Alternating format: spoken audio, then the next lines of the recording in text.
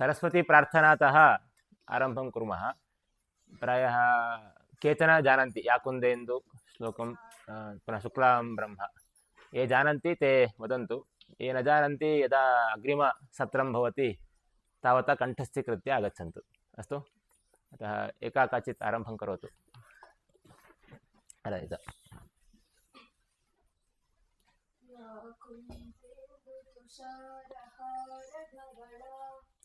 या कुन्देन्दुतुषारहारधवला या शुभ्रवस्त्रावृता या वीणावरदण्डमण्डितकरा श्वेतपद्मासना या ब्रह्माच्युतशङ्कर प्रभृतिभिः देवैः सदा वन्दिता सा मां पातु सरस्वती भगवती निःशेषजाड्यापः।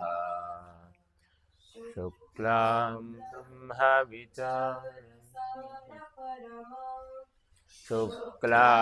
ब्रह्मविचारसारपरमाम् आद्यां पुस्तकधारिणीम् अभयदां जाड्यान्धकारापहाम् हस्ते स्फाटिकमालिकां विदधतीं पद्मासने संस्थितां वन्दे तां परमेश्वरीं भगवतीं बुद्धिप्रदां शारदाम्।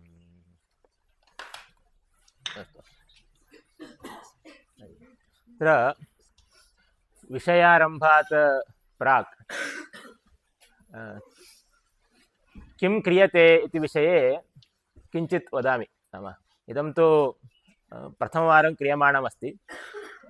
तत्र किं क्रियते इति ये कुर्वन्तः सन्ति तेपि न जानीयुः, किन्तु किमर्थं तत्र क्रियमाणमस्ति इति विषये कांश्चन विषयान् वदामि।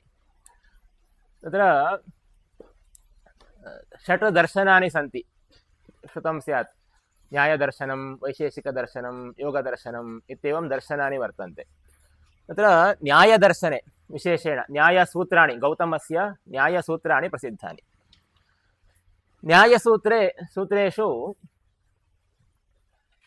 केचन विषयाः उच्यन्ते, अर्थात् विद्यायाः उपविशतु अभवत् चेत् अनन्तरं एवञ्च अध्ययने अथवा विद्यायाः प्राप्तौ के उपायाः इति विषये तत्र सूत्राणि सन्ति। प्रथमसूत्रं किमस्ति, सूत्रमेव वदामि। ज्ञानग्रहणाभ्यास तद्विद्यैश्च सह संवादः इति एकं सूत्रम्। एवञ्च ज्ञानार्थं ज्ञानं प्राप्तव्यं चेत् तत्र 3 उपायाः। के ते 3 उपायाः इति चेत् ग्रहणम्, अभ्यासः, तद्विद्यैः सह संवादः। किं ग्रहणम्, अभ्यासः, तद्विद्यैः सह संवादः इति 3 उपायाः। ग्रहणं नाम किं? ग्रहणं तु सामान्यतः पाठे भवति, विशेषेण श्रवणं। तत्र गुरुभिः उच्यते, वयं शृणुमः, सः प्रथमस्तरः ग्रहणं। तस्य धारणं कर्तव्यं। ಸಾಮಾನ್ಯ ಏನಾಗ್ತದೆ, ಕೆಲವೊಮ್ಮೆ ಗ್ರಹಣನೇ ಆಗೋದಿಲ್ಲ, ಹೇಳಿದ್ದು ಒಳಗೆ ಹೋಗೋದಿಲ್ಲ ಅಲ್ವಾ. ನಾವೇನೋ ಹೇಳ್ತಾ ಇರ್ತೇವೆ ಅಥವಾ ಅಧ್ಯಾಪಕರು ಪಾಠ ಮಾಡೋರು ಹೇಳ್ತಾ ಇರ್ತಾರೆ, ಮನಸ್ಸೆಲ್ಲೋ ಇರ್ತದೆ, ಹಾಗಾಗಿ ಹೇಳಿದ್ದು ಒಳಗೆ ಹೋಗಿರುವುದಿಲ್ಲ. ಹಾಗೆ ಹೇಳಿದ್ದನ್ನು ಗ್ರಹಿಸಿಕೊಳ್ಳುವುದು ಅತ್ಯಂತ ಮುಖ್ಯ. ಗ್ರಹಣೆ ಆಗದೆ ಮುಂದೆ ಹೋಗೋದಿಲ್ಲ. ಅತಃ ಗ್ರಹಣಮಿತಿ ಪ್ರಥಮಂ ಸೋಪಾನಂ. ಹೇಳಿದ್ದನ್ನು ಸರಿಯಾಗಿ ಕೇಳಿಸ್ಕೊಳ್ಬೇಕು, ಅದು ಒಳಗೆ ಹೋಗ್ಬೇಕು, ಅದು ಗ್ರಹಣಂ. ದ್ವಿತೀಯಂ ಕಿಂ? ಅಭ್ಯಾಸಃ. ಕೇವಲಂ ಗ್ರಹಣಂ ಜಾತಂ ಚೇತ್ ತತ್ರ ಜ್ಞಾನಸ್ಯ ವರ್ಧನಂ ನ ಭವತಿ. ततः परं किं कर्तव्यम्? अभ्यासः कर्तव्यः। यत् श्रुतं तस्य पुनः अध्ययनं कर्तव्यम्। अन्यैः सह तत्र इदम् अवगतं सम्यक् अस्ति वा न वा इति तत्र अन्येषां पुरस्तात् चर्चा कर्तव्या, भाषणं कर्तव्यं, पुनः तत्र लेखनीयं। सामान्यतः तत्र गृहे गत्वा पुनः किमपि लिखन्ति, टिप्पणीम् आरचयन्ति। इदं सर्वं द्वितीयस्तरः, ग्रहणम्, अभ्यासः। तृतीयं किं? तद्विद्यैः सह संवादः। ये तत् जानन्ति अर्थात् तस्मिन् विषये येषां सम्यक् ज्ञानमस्ति तैः सह संवादः कर्तव्यः। तेन अज्ञाताः विषयाः अपि इतोपि ज्ञायन्ते। अनेके विषयाः पाठकाले अनुक्ताः स्युः। तादृशाः विषयाः अपि तद्विद्यैः ಯಾರಿಗೆ ಆ ವಿಷಯದ ತಿಳುವಳಿಕೆ ಇದೆಯೋ ಅವರೊಟ್ಟಿಗೆ ಸಂವಾದ, ಅವರೊಟ್ಟಿಗೆ ಸಂಭಾಷಣೆ, ಇದು ಮೂರನೇ ಹಂತ. ಅಂದರೆ ಯಾವುದೇ ವಿಷಯವನ್ನು ಕಲಿಬೇಕು ಅಂತ ಆದರೆ ಅಲ್ಲಿ 3 ಸ್ತರ ಉಂಟು: ಗ್ರಹಣ, ಅಭ್ಯಾಸ ಮತ್ತು ತದ್ವಿದ್ಯೈಹಿ ಸಹ ಸಂವಾದ. ಸಾಮಾನ್ಯ ಗ್ರಹಣ ಅಭ್ಯಾಸ ಇದು ಪಾಠದಲ್ಲಿ ಅಥವಾ ಮನೆಯಲ್ಲಿ ಹೋಗಿ ಗ್ರಹಣ ಅಭ್ಯಾಸದ ಒಂದು ಅದಕ್ಕೆ ಅವಕಾಶ ಇದೆ. ತದ್ವಿದ್ಯೆಯು ಸಹ ಸಂವಾದಕ್ಕೆ ಸಾಮಾನ್ಯವಾಗಿ ಅವಕಾಶ ಕಮ್ಮಿ ಇರ್ತದೆ. ಹಾಗೆ ಇದು ಅಂದರೆ ಈ ಏನೋ ಒಂದು ಸಭೆ ಮಾಡ್ತಾ ಇದ್ದೇವೆ, ಇದರ ಉದ್ದೇಶ ಏನು ಅಂತ ಕೇಳಿದರೆ ತದ್ವಿದ್ಯೆಯು ಸಹ ಸಂವಾದ. ಯಾರು ಈ ವಿಷಯದ ಬಗ್ಗೆ ತಿಳ್ಕೊಂಡವ್ರು ಇದ್ದಾರೋ ಅವರೊಟ್ಟಿಗೆ ಅವ್ರ ಮುಂದೆ ನಾವು ಹೇಳಬೇಕು, ನಮ್ಗೇನು ಗೊತ್ತುಂಟು ಅದನ್ನು ಹೇಳಬೇಕು. ಅವರೇನೋ ಪ್ರಶ್ನೆ ಕೇಳ್ತಾರೆ, ಆವಾಗ ಅದ್ರ ಬಗ್ಗೆ ನಾವು ಯೋಚನೆ ಮಾಡಬೇಕು. ಹಾಗಾಗಿ ನಮ್ಮ ತಿಳುವಳಿಕೆ ಎಷ್ಟುಂಟು, ನಾವು ಎಷ್ಟು ಅರ್ಥ ಮಾಡ್ಕೊಂಡಿದ್ದೇವೆ, ಯಾವುದೇ ಒಂದು ವಿಷಯವನ್ನ ಎಷ್ಟು ಅರ್ಥ ಮಾಡ್ಕೊಂಡಿದ್ದೇವೆ ಹೇಗೆ ಗೊತ್ತಾಗ್ತದೆ? 4 ಜನ ಮುಂದೆ ಹೇಳಿದಾಗ ಗೊತ್ತಾಗ್ತದೆ, ಅಥವಾ ಮುಖ್ಯವಾಗಿ ತಿಳಿದವ್ರ ಮುಂದೆ ಹೇಳಿದಾಗ ಗೊತ್ತಾಗ್ತದೆ. ಅಜ್ಞಾನಿಗಳ ಮುಂದೆ ಹೇಳಿದಾಗ ಗೊತ್ತಾಗೋದಿಲ್ಲ. ತಿಳಿದವ್ರ ಮುಂದೆ ಹೇಳಿದಾಗ ನಮ್ಮ ತಿಳುವಳಿಕೆ ಎಷ್ಟುಂಟು, ಎಲ್ಲಿ ಮಿತಿ ಉಂಟು ಅಂತ ಗೊತ್ತಾಗ್ತದೆ. ಅತಃ ತದ್ವಿದ್ಯೈ ಸಹ ಸಂವಾದ ಇತಿ ಅತ್ಯಂತಂ ಪ್ರಧಾನಂ. ಅತಃ ಏಷಾ ಸಭಾ. ಅತಃ एतस्याः सभायाः नाम सरस्वती सभा. अतः सरस्वत्याः तत्र पूजनमपि कृतम् आदौ. अतः सरस्वत्याः श्लोकाः अपि उक्ताः. सरस्वती सभा इति अस्याः नाम. सरस्वती खलु विद्यायाः अधिदेवता. अतः सरस्वतीं स्मृत्वा इतः परं 15 दिनेषु एकवारं तत्र ये विषयाः अस्माभिः अधीताः सन्ति तान् विषयान् अत्र सर्वेषां पुरस्तात् उपस्थापयेयुः. तत्र प्रश्नाः भवितुमर्हन्ति, चर्चाः भवितुमर्हन्ति.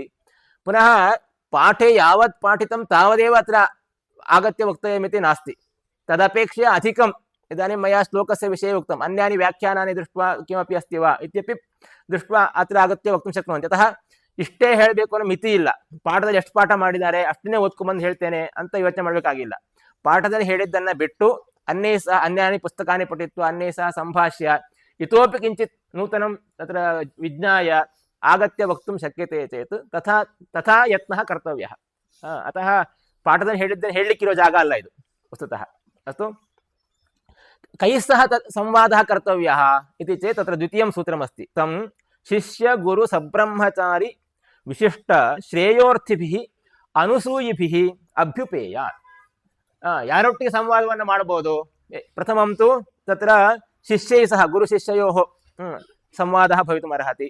ಗುರುಣಾ ಸಹ ये तत्र जानन्ति तैः सह चर्चा भवितुमर्हति. सब्रह्मचारिणः अर्थात् ये तत्र अन्ये छात्राः सन्ति तैः सह भवितुमर्हति. एवञ्च एतैः सह संवादः कर्तव्यः. पुनः श्रेयोर्थिभिः ये इदं ज्ञातुम् इच्छन्ति तादृशैः सह संवादः कर्तव्यः. ಆದರೆ ಒಂದು ಸಮಸ್ಯೆ ಆಗ್ತದೆ. ಏನು ಸಮಸ್ಯೆ ಆಗ್ತದೆ? ಅದಕ್ಕೊಂದು ವಿಶೇಷಣ ಬಳಸಿದ್ದಾರೆ. ಸಾಮಾನ್ಯತಃ ಯಾರೊಬ್ಬರು ತುಂಬ ಚೆನ್ನಾಗಿ ಪ್ರತಿಪಾದನೆ ಮಾಡಿದರೆ ಅವ್ರ ಬಗ್ಗೆ ಅಸೂಯೆ ಬರ್ತದೆ ಅಲ್ವಾ? ಅವನೆಷ್ಟು ಚೆನ್ನಾಗಿ ಮಾಡ್ಬಿಟ್ಟ, ಅವನೊಬ್ಬನೇ ಚೆನ್ನಾಗಿ ಮಾಡ್ತಾನೆ ಯಾವಾಗಲೂ ಕೂಡ. ಈ ಒಂದು ಭಾವ ಸಾಮಾನ್ಯವಾಗಿ ಈ ಥರ ಸಮಾನ ಸ್ತರದ ವಿದ್ಯಾರ್ಥಿಗಳಿದ್ದಾಗ ಸಾಮಾನ್ಯವಾಗಿ ಬೇರೆಯವ್ರ ಬಗ್ಗೆ ಅಸೂಯೆ ಬರೋದು ಸಹಜ. ಆದರೆ ಹಾಗಾಗಿ ಅಸೂಯೆ ಬಂದರೆ ಕಲೀಲಿಕ್ಕೆ ಸಾಧ್ಯ ಇಲ್ಲ. ಹಾಗೆ ಅದಕ್ಕೆ ಸೂತ್ರದಲ್ಲಿ ಹೇಳ್ಬಿಟ್ಟು ಅನಸೂಯಿಭಿಹಿ. ಯಾರಪ್ಪ ಈ ಸಭೆಯಲ್ಲಿ ಕುತ್ಕೊಳ್ಳಿಕ್ಕೆ ಯೋಗ್ಯತೆ ಯಾರಿಗೆ ಬರ್ತದೆ ಅಂತ ಕೇಳಿದ್ರೆ ಅಸೂಯೆ ಇರಬಾರ್ದು. ಅಂಥವರೊಟ್ಟಿಗೆ ಚರ್ಚೆಯನ್ನ ಮಾಡಬೇಕು. ಅಂಥವರೊಟ್ಟಿಗೆ ಚರ್ಚೆ ಮಾಡಿದ್ರೆ ಕಲೀಲಿಕ್ಕಾಗುತ್ತೆ. ಅಸೂಯೆ ಇದ್ರೆ ಅವ್ರು ಕಲೀಲಿಕ್ಕೆ ಆಗೋದಿಲ್ಲ. ಅದಕ್ಕೆ ಅವರು ಕಲೀಲೇ ಇರುವಾಗ ಹೇಗೆ ಮಾಡಬೇಕು ಅಂತ ಯೋಚನೆ ಮಾಡಿ ಶುರು ಮಾಡ್ತೇವೆ. ಹಾಗಾಗಿ ಮೊದಲನೇ ಅರ್ಹತೆ ಏನು? ಈ ಥರ ಸಭೆಯಲ್ಲಿ ಕುತ್ಕೊಳ್ಳೋದಕ್ಕೆ ಅರ್ಹತೆ ಏನು ಅಂತ ಕೇಳಿದ್ರೆ ಇನ್ನೊಬ್ಬರ ಬಗ್ಗೆ ಅಸೂಯೆ ಇಟ್ಕೊಳ್ಳಿಕ್ಕಿಲ್ಲ. ನಾನು ಹೇಗೆ ಇನ್ನು ಚೆನ್ನಾಗಿ ಮಾಡಬೇಕು, ನಾನು ಹೇಗೆ ಇನ್ನು ಚೆನ್ನಾಗಿ ಕಲಿಬೇಕು ಅಂತ ಯೋಚನೆ ಮಾಡಬೇಕು. ಅವ್ನು ಚೆನ್ನಾಗಿ ಮಾಡ್ಬಿಟ್ಟ ಅಂತ ಯೋಚನೆ ಮಾಡೋದಲ್ಲ. ಅತಃ ಅನಸೂಯ ಇತಿ ತತ್ರ ಅರಿಷಡ್ವರ್ಗೇಶು ಏಕಂ ಖಲು ಅಂತಿಮಂ ಕಿಂ ಮಾತ್ಸರ್ಯಂ. एवञ्च ಮಾತ್ಸರ್ಯಮಿತಿ ಸಹಜತೆಯ ಏತಾದೃಶ ಸಮೂಹೇಶು ಭವತಿ. ಅತಃ ಮಾತ್ಸರ್ಯ ಇದ್ರೆ ನೀವು ಅರ್ಹರಲ್ಲ ಈ ಸಭೆಯಲ್ಲಿ ಕುತ್ಕೊಳ್ಳಿಕ್ಕೆ, ಸರಸ್ವತಿ ಮುಂದೆ ಕುತ್ಕೊಳ್ಳಿಕ್ಕೆ ಅರ್ಹರಲ್ಲ. ಹಾಗೆ ಆ ಭಾವವನ್ನು ಬಿಟ್ಟು ಕಲಿಯುವುದು ಹೇಗೆ, ಏನನ್ನು ಕಲಿಯೋದು, ನಾವು ಪರಸ್ಪರ ಚರ್ಚೆ ಮಾಡಿ ತಿಳ್ಕೊಳ್ಬಹುದು ಅನ್ನೋದ್ರ ಬಗ್ಗೆ ನಾವು ಯೋಚನೆ ಮಾಡಬೇಕು. ಅಲ್ಲದೆ ಸಾಮಾನ್ಯವಾಗಿ ವಾದ ಅಂದ್ರೆ ಏನು ಯೋಚನೆ ಮಾಡ್ತೇವೆ? ಯಾರೋ ಒಬ್ರು ಪೂರ್ವ ಪಕ್ಷ, ಯಾರೊಬ್ರು ಖಂಡನೆ ಮಾಡಬೇಕು, ಅವ್ರು ಹೇಳಿ ಸರಿ ಇಲ್ಲ ಅಂತ ಹೇಳ್ಬೇಕು, ನನ್ನದನ್ನು ಹೇಳಬೇಕು ಅಂತ ಯೋಚನೆ ಮಾಡ್ತೇವೆ. ಅದೇ ಸೂತ್ರ ಏನು ಹೇಳ್ತದೆ ಅಂದ್ರೆ ನಮ್ಮ ಪಕ್ಷವನ್ನ ಹೇಳೋದು, ಬೇರೆಯವ್ರ ಪಕ್ಷದ ಸಮಸ್ಯೆಯನ್ನು ಹೇಳೋದು ಒಂದು ಭಾಗ. ಪ್ರತಿಪಕ್ಷ ಹೀನಮಪಿವ ಪ್ರಯೋಜನಾರ್ಥಂ ಅರ್ಥಿತ್ವೇ. ಪ್ರತಿಪಕ್ಷ ಇರಬೇಕಾಗಿಲ್ಲ, ನಮ್ಗೆ ಕಲಿಬೇಕಂತುಂಟು ಅಂತ ಆದ್ರೂ ಕೂಡ ವಾದನೆ. ಹಾಗೆ ಬೇರೆಯವ್ರ ಖಂಡನೆ ಮಾಡೋದೇ ವಾದ ಅಲ್ಲ. ನಾವು ತಿಳ್ಕೊಳ್ಬೇಕು, ಅದನ್ನ 4 ಜನ ಮುಂದೆ ಹೇಳಬೇಕು, ಅದನ್ನ ಸರಿ ಇದೆಯೋ ತಪ್ಪಿದೆಯೋ ಅಂತ ತಿಳ್ಕೊಳ್ಬೇಕು, ಅದು ಕೂಡ ವಾದನೆ. ಅತಃ ಪ್ರತಿಪಕ್ಷ ಹೀನಮಪಿ ಸಂವಾದ ಇತ್ಯೇವ ಕಥ್ಯತೆ. ಸರ್ವದಾ ಪ್ರತಿಪಕ್ಷ ಭವೇದೇವ ಇತಿ ನಾಸ್ತಿ ಸಂವಾದೆ. ತದ್ವಿಹಾಯ ತತ್ರ ಕೇವಲ ಪದಾನಿ ವದಾಮಿ ತಸ್ಯ ಕಃ ಅರ್ಥಃ ಇತಿ ಕದಾಚಿತ್ ವದಾಮಃ. 3 ರೀತಿಯಲ್ಲಿ ಮಾತಾಡೋದನ್ನ ಕಲಿಬೇಕು ಅಂತ ಹೇಳ್ತಾರೆ. ವಾದಃ, ಜಲ್ಪಃ, ವಿತಂಡ. ಕಥಾ ಇತಿ ಪದಂ ಪ್ರಯುಜ್ಯತೆ. ಕಥಾ ನಾಮ ಕಥಾ ವ್ಯಕ್ತಾಯಾಮ್ ವಾಚಿ, ಮಾತನಾಡೋದೆ. ಆದ್ರೆ ಮಾತನಾಡೋದ್ರಲ್ಲಿ 3 ರೀತಿ ಮಾತನಾಡೋದನ್ನ ಕಲಿಬೇಕಾಗ್ತದೆ. ಒಂದು ವಾದ, ಅಂದ್ರೆ ತಿಳ್ಕೊಳ್ಬೇಕು ಅನ್ನೋ ಉದ್ದೇಶದಿಂದ ಯಾವ ತರ ಮಾತಾಡಬೇಕು, ಅದಕ್ಕೆ ಲಕ್ಷಣ ಇತ್ಯಾದಿಗಳಿದೆ, ಅದ್ರ ಬಗ್ಗೆ ಯಾವ ತರ ನೋಡುವ. ಆದ್ರೆ ಯಾವ ತರ ಮಾತಾಡಬೇಕು, ತಿಳ್ಕೊಳ್ಳುವ ಉದ್ದೇಶದಿಂದ ಮಾತಾಡುವ ಕ್ರಮ ಏನು ಅಂತ ವಾದ. ಅದಲ್ಲದೆ ಜಲ್ಪ ಮತ್ತು ವಿತಂಡ ಅಂತ ಇದೆ. ಜಲ್ಪ ಮತ್ತು ವಿತಂಡ ಯಾಕೆ? ಸಾಮಾನ್ಯವಾಗಿ ಜಲ್ಪ ಮತ್ತು ವಿತಂಡ ಅನ್ನೋದು ಬೇರೆಯವರು ಹೇಳಿದ್ದು ಸರಿ ಇಲ್ಲ ಅಂತ ಹೇಳಲಿಕ್ಕೆ ಬಳಸುವಂಥದ್ದು. ಜಲ್ಪ ಮತ್ತು ವಿತಂಡ ಯಾಕೆ? ವಾದ ಒಂದೇ ಸಾಕಲ್ಲ ಅಂತ ಕೇಳಿದ್ರೆ ವಾಪಸ್ ಸೂತ್ರದ ಏನ್ ಹೇಳ್ತಾರೆ ಅಂತ ಕೇಳಿದ್ರೆ, ತತ್ವ ಅಧ್ಯವಸಾಯ ಸಂರಕ್ಷಣಾರ್ಥಂ ಜಲ್ಪ ವಿತಂಡೆ, ಬೀಜ ಪ್ರರೋಹ ಸಂರಕ್ಷಣಾರ್ಥಂ ಕಂಟಕ ಶಾಖಾ ಆವರಣವತ್. ಈಗ ಒಂದು ಗಿಡ ನಟ್ರೆ ಸಾಮಾನ್ಯವಾಗಿ ಏನಾಗ್ತದೆ, ಅದನ್ನ ತಿನ್ಲಿಕ್ಕೆ ಹಸು ಬರ್ತದೆ, ಕುರಿ ಬರ್ತದೆ, ಏನೋ ಬಂದು ಆ ಗಿಡ ನಾಶ ಮಾಡ್ತದೆ. ಅತಃ ಏವಮೇವ ಯದಾ ಏಕಸ್ಯ ವಿಷಯಸ್ಯ ವಯಂ ಅಧ್ಯಯನಂ ಕುರ್ಮಃ ಅಧ್ಯಯನೆ ವಿಘ್ನಮುತ್ಪಾದಯಿತುಂ ಬಹುವಿಧ ಚರ್ಚಾ ಭವಂತಿ. ಏನೋ ಇದಕ್ಕಿದೆ ಪ್ರಶ್ನೆ ಕೇಳಿಬಿಡ್ತಾರೆ, ನೀವು ಹೇಳಿ ಸರಿ ಇಲ್ಲ ಅಂತ ಹೇಳ್ತಾರೆ. ಅಂದ್ರೆ ನಾವು ಮಾಡ್ತಿರುವ ಅಧ್ಯಯನಕ್ಕೆ ತೊಂದರೆ ಕೊಡುವಂತಹ ಮಾತುಕತೆಗಳು ಕೂಡ ಅನೇಕ ಇರ್ತವೆ. ಹಾಗಾಗಿ ಆ ತೊಂದರೆಗಳಿಂದ ರಕ್ಷಣೆ ಮಾಡಿಕೊಳ್ಳಿಕ್ಕೆ ಕಂಟಕ ಆವರಣವತ್, ಹೇಗೆ ಒಂದು ಗಿಡ ಚೆನ್ನಾಗಿ ಬೆಳಿಬೇಕು ಅಂತಾದ್ರೆ ಬೇಲಿಬೇಕು, ಹಾಗೆ ಸಮ್ಯಕ್ತಯ ಯದಿ ಅಧ್ಯಯನಂ ಕರ್ತವ್ಯಂ ತರ್ಹಿ ಜಲ್ಪಃ ವಿತಂಡಾಪಿ ಅಪೇಕ್ಷಿತ. ಇದಂತೂ ರಕ್ಷಣಾರ್ಥ, ತದೇವ ಉಪಯೋಗಂ ಕುರ್ಮಸ್ಯ ಅಧ್ಯಯನಂ ನ ಕುರ್ಮಃ. ವಾದಃ ಅಧ್ಯಯನಾರ್ಥಂ, ಜಲ್ಪ ವಿತಂಡೆ ಅಧ್ಯಯನಸ್ಯ ಸಂರಕ್ಷಣಾರ್ಥಂ, ಸಮ್ಯಕ್ ಅಧೀತಸ್ಯ ಅನ್ಯೈಃ ಯಥಾ ಪೀಡಾ ನ ಸ್ಯಾತ್, ಅಸ್ಮಾಕಂ ಅಧ್ಯಯನೆ ಯಥಾ ಪೀಡಾ ನ ಸ್ಯಾತ್ ತದರ್ಥಂ ಜಲ್ಪ ವಿತಂಡೆ. ಅತಃ ತತ್ರ ಕಂಟಕ ಆವರಣವತ್. ತಾಭ್ಯಾಂ ವಿಗೃಹ್ಯ ಕಥನಂ ಇತಿ ಅಂತಿಮಂ ಸೂತ್ರಂ. ವಿಗೃಹ್ಯ ಅತಃ ತದುಪಯುಜ್ಯ ವಿಜಿಗೀಷಯ, ಅದನ್ನ ಏನಕ್ಕೆ ಬಳಸ್ತೇವೆ? ಬೇರೆಯವರನ್ನ ಗೆಲ್ಲಕ್ಕೆ ಬಳಸೋದು. ಆದ್ರೆ ಯಾಕೆ ಗೆಲ್ಲಬೇಕು ಅಂತ ಕೇಳಿದ್ರೆ ಅದರಿಂದ ನಮ್ಮ ಅಧ್ಯಯನಕ್ಕೆ ತೊಂದರೆ ಆಗ್ತದೆ, ಏನೋ ಮಧ್ಯಕ್ಕೆ ಏನೋ ಹೇಳ್ಬಿಡ್ತಾರೆ. ಸೊ ಅದಕ್ಕೆ ಆ ವಿಷಯದಲ್ಲಿ ಹೋಗ್ಬಿಟ್ರೆ ಅಧ್ಯಯನ ಆಗೋದಿಲ್ಲ, ಅದಕ್ಕೋಸ್ಕರ ಅವರ ಬಾಯಿ ಮುಚ್ಚಬೇಕಾಗ್ತದೆ. ಹಾಗಾಗಿ ಇದೊಂದು ರೀತಿ ರಕ್ಷಣೆಗೋಸ್ಕರ ಅಷ್ಟೇ ಇರುವಂತದ್ದು. ಹಾಗೆ ಅದನ್ನೇ ಬಳಸಲಿಕ್ಕೆ ಹೋಗಬಾರ್ದು. ಪ್ರಧಾನಂ ಕಿಂ ವಾದ, ವಾದೇನ ತತ್ರ ಕಿಂ ತತ್ವಬೋಧ, ವಾದೇ ವಾದೇ ಜಾಯತೆ ತತ್ವಬೋಧ. ಅತಃ ಏಷಾ ಸಭಾ ವಾದಾರ್ಥ ಪ್ರತಿಪಕ್ಷ ಭವೇದಿತ್ಯಪಿ ನಾಸ್ತಿ. ಯತ್ ಅಸ್ಮಾಭಿಃ ಅಧೀತಂ ತತ್ ಸಮ್ಯಕ್ ಅಸ್ತಿ ವಾ ನ ವಾ, ಪುನಃ ಇತೋಪಿ ಸಮ್ಯಕ್ ಕಥಂ ಅಧ್ಯೇತವ್ಯಂ ಇತಿ ದಾರ್ಢ್ಯ ಸಂಪಾದನಾರ್ಥಂ ಏಷಾ ಸಭಾ ಅಸ್ತಿ. अतः इतः परं तत्र 15 दिनेषु एकवारम् एषा सभा सरस्वती सभा इति नाम्नि अनुवर्तते. एतस्याः उपयोगं कुर्युः, सम्यक् अधीत्य आगत्य अत्र भवतां विषयोपस्थापनं कुर्युः. अस्तु, प्रथमवारम् इति कारणेन एतावदुक्तं, सर्वदा मया न उच्यते, इतः परं भवतामेव. अस्तु, तर्हि कः का मेधातः आरम्भः?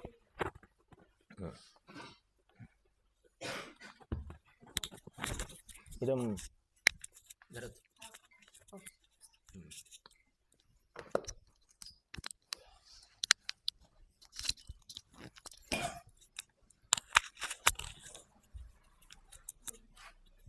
एक निमिष निष्कासयामि.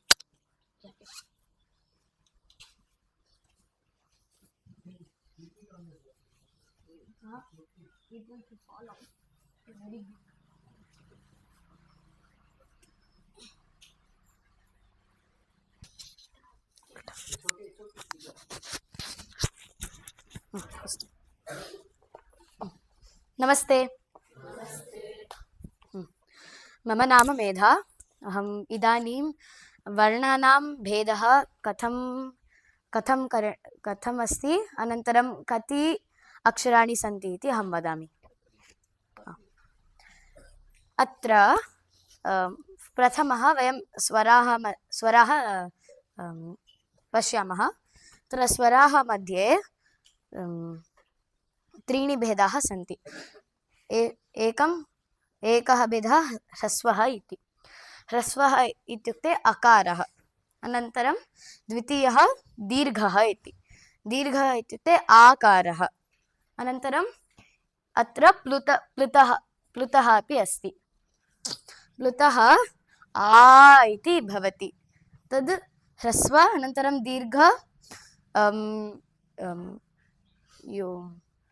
ह्रस्वः दीर्घः योजनं कृत्वा प्लुतः अकारः भवति.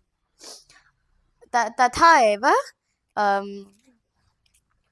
प्लुत ह्रस्वः दीर्घः प्लुतः इकारः उकारः ऋकारः अनन्तरम् एकः अन्यः अक्षरः अपि अस्ति तस्य तद् लकार इति तस्य ह्रस्वः अस्ति अनन्तरं प्लुतः अस्ति लकारस्य दीर्घः नास्ति अनन्तरम् एकार ऐकार ओकार अनन्तरम् औकारः मध्ये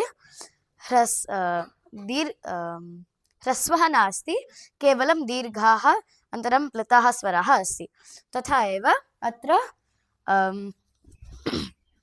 21 अक्षराणि स्वराः भवन्ति अनन्तरं व्यञ्जनानि वयं सर्वे जानीमः कवर्गः चवर्गः टवर्गः तवर्गः अनन्तरं पवर्गः एतद् कवर्गः इत्यादि एतद् व्याकरणे कुः चुः टुः तुः अनन्तरं पुः एव वयं वदामः अनन्तरम् अवर्गीयव्यञ्जनानि मध्ये एव अत्र अन्तस्थाः 4 सन्ति य र ल अनन्तरं व एकं त्यक्तवती अहम् अत्र व्यञ्जनानि 25 सन्ति अन्तस्थाः 4 सन्ति अनन्तरम् ऊष्माणः तद् श ष स अनन्तरं ह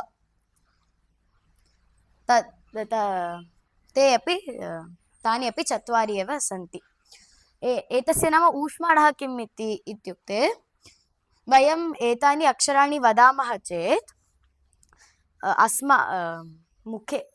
अस्मात् मुखात्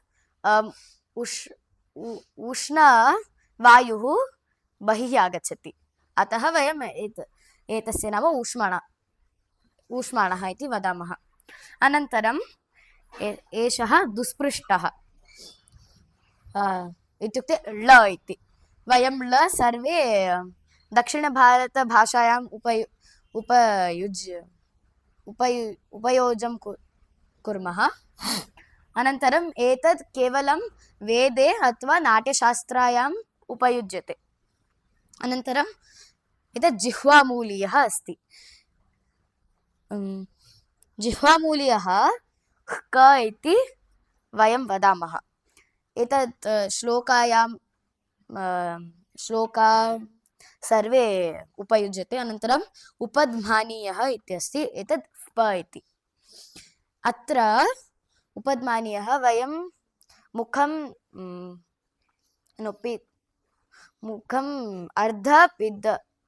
पिद्धदानं कृत्वा एतद् वदामः प इति अनन्तरं यमाः सन्ति यमाः केवलं वेदे अथवा नाट्यशास्त्रायाम् एव उपयुज्यते अनन्तरं वयं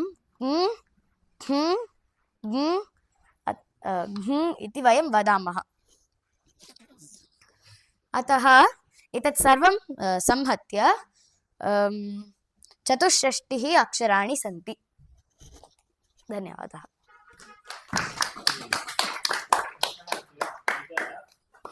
संस्कृते कति वर्णाः सन्ति इति तस्याः विषयः 64 अक्षराणि वर्णाः सन्ति इति अक्षराणि इति पदं वर्णविषये अपि प्रयुज्यते तत्र स्वरसहितवर्णविषये अपि प्रयुज्यते क इत्यपि अक्षरम् इति उच्यते क अपि अक्षरम् इति उच्यते उभयतापि प्रयोगः अस्ति अतः एवञ्च वर्णाः इति वदामश्चेत् तदा एतावन्तः संस्कृते विद्यमानाः वर्णाः कोऽपि प्रश्नः अस्ति चेत् प्रष्टुं शक्नुवन्ति प्रश्नः प्रष्टव्यः नाम इदानीं प्रथमवारम् अतः चिन्ता नास्ति किन्तु भवन्तः अपि अधीत्य आगच्छेयुः एवञ्च सम्यक् प्रश्नान् अपि पृच्छेयुः तदा तैः अपि किं ज्ञातमस्ति इति स्पष्टं भवति अस्तु अतः प्रश्नाः अपि सम्यक्तया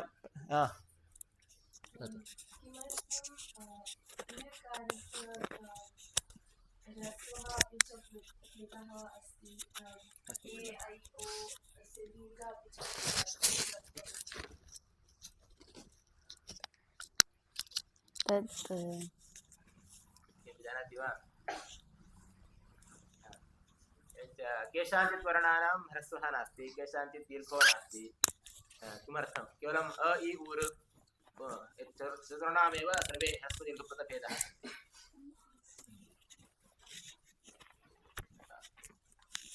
भवती उत्तरं भवती अपि न जानाति। अन्य कोऽपि प्रश्नः अस्ति वा? प्रीत्यक्का तत्र प्रश्नाः सन्ति अत्र। ऊष्मणः ಅಂತಸ್ಥಃ दिनो किमर्थम्? अन्ते हा, अन्ते सन्ति इति अन्तः तिष्ठन्ति खलु। एवञ्च ते सर्वं य ब र ರಲ. ಸ ಸಾಮಾನ್ಯವಾಗಿ ಶ ಅಂತ ಹೇಳ್ಬೇಕಾದ್ರೆ ಅಲ್ಲಿಂದ ವಾಯು ಬಾಯಿಂದ ಹೊರಗೆ ಬರ್ತದೆ. ಸೊ ಯ ವ ಇತ್ಯಾದಿಗಳಲ್ಲಿ ಆ ಥರ ಆಗುದಿಲ್ಲ. ಹಾಗಾಗಿ ಇದಕ್ಕೆ ಅಂತಸ್ಥ ಒಳಗೆ ಇರ್ತವೆ ಅಂತ. ಆ ರೀತಿಯಿಂದ अन्य कोऽपि कृते प्रश्नः अस्ति वा? तत्र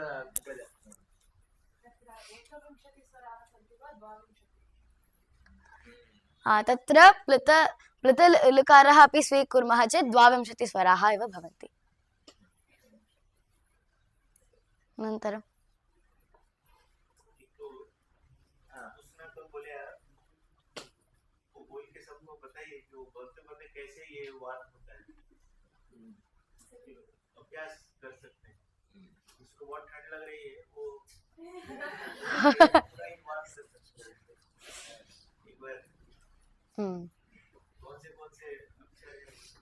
उच्चारण वो ते अक्षराणि सन्ति श ष स अनन्तरं ह। एते अक्षराणि वदन्ति चेत् उष्णः वायुः बहिः आगच्छति। किमर्थं शीतः भवति चेत् श श स ह किमपि उक्त्वा वैणवी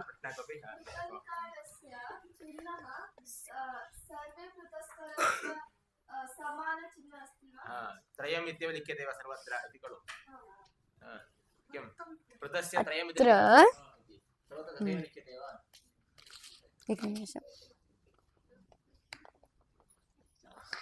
न पृथलकार मध्ये त्रीणि न त्रयं पृथल सर्वे